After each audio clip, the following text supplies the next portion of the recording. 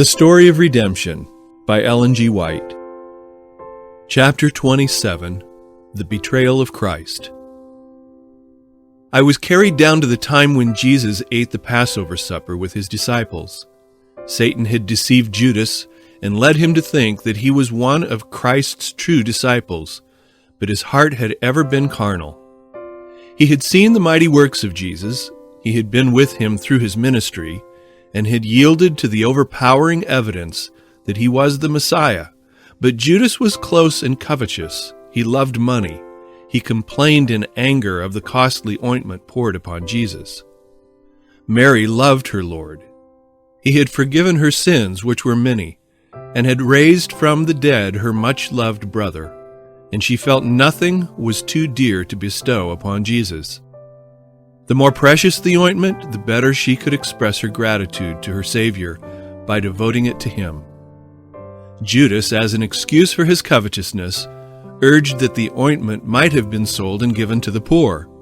But it was not because he had any care for the poor, for he was selfish and often appropriated to his own use that which was entrusted to his care to be given unto the poor.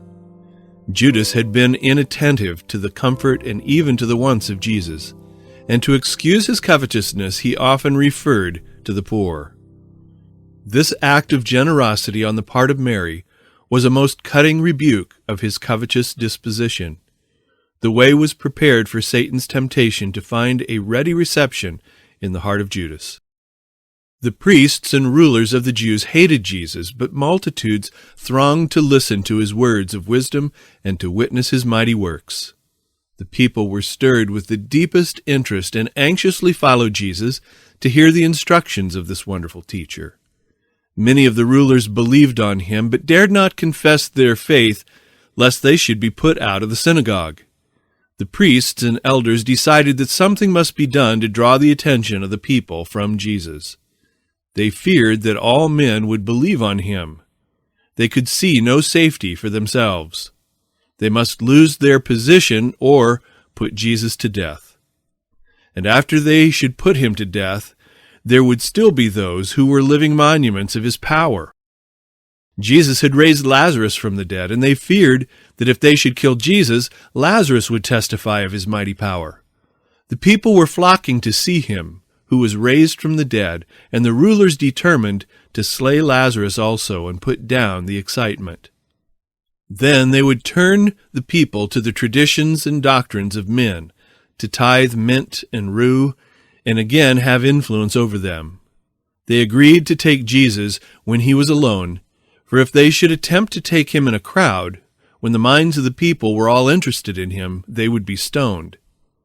Judas knew how anxious they were to obtain Jesus, and offered to betray him to the chief priests and elders for a few pieces of silver. His love of money led him to agree to betray his Lord into the hands of his bitterest enemies. Satan was working directly through Judas, and in the midst of the impressive scene of the Last Supper, the traitor was devising plans to betray his master.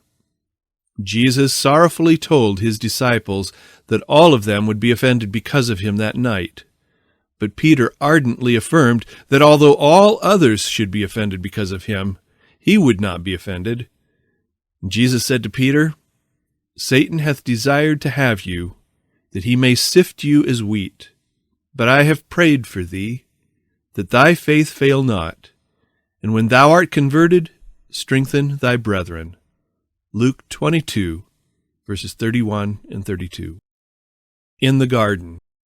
I beheld Jesus in the garden with his disciples. In deep sorrow he bade them watch and pray, lest they should enter into temptation. He knew that their faith was to be tried, and their hopes disappointed, and that they would need all the strength which they could obtain by close watching and fervent prayer. With strong cries and weeping, Jesus prayed, "Father, if thou be willing, remove this cup from me.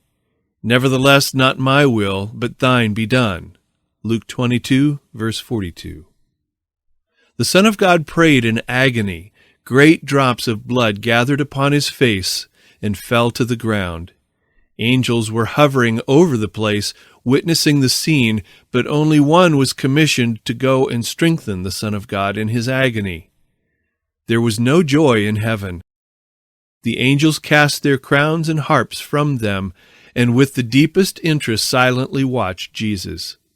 They wished to surround the Son of God, but the commanding angels suffered them not, lest, as they should behold his betrayal, they should deliver him. For the plan had been laid, and it must be fulfilled.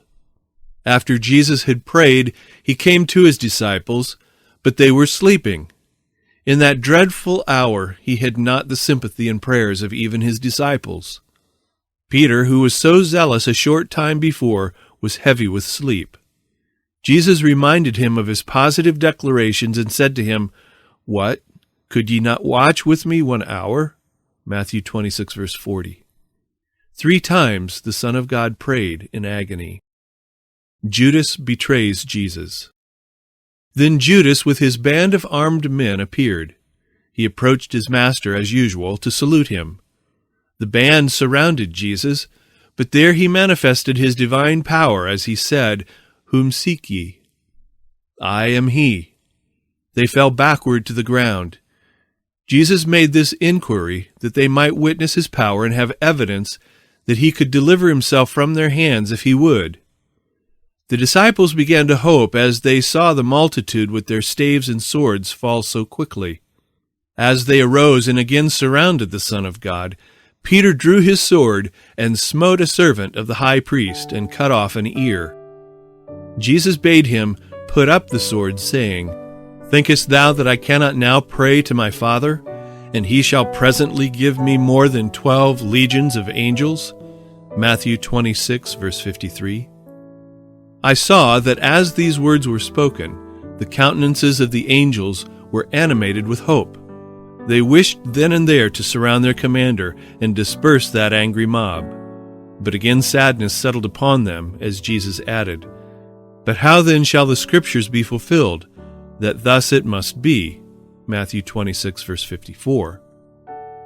The hearts of the disciples also sank in despair and bitter disappointment as Jesus suffered himself to be led away by his enemies. The disciples feared for their own lives, and they all forsook him and fled. Jesus was left alone in the hands of the murderous mob. Oh, what a triumph of Satan then! And what sadness and sorrow with the angels of God! Many companies of holy angels, each with a tall commanding angel at their head, were sent to witness the scene. They were to record every insult and cruelty imposed upon the Son of God, and to register every pang of anguish which Jesus should suffer. For the very men who joined in this dreadful scene are to see it all again in living characters.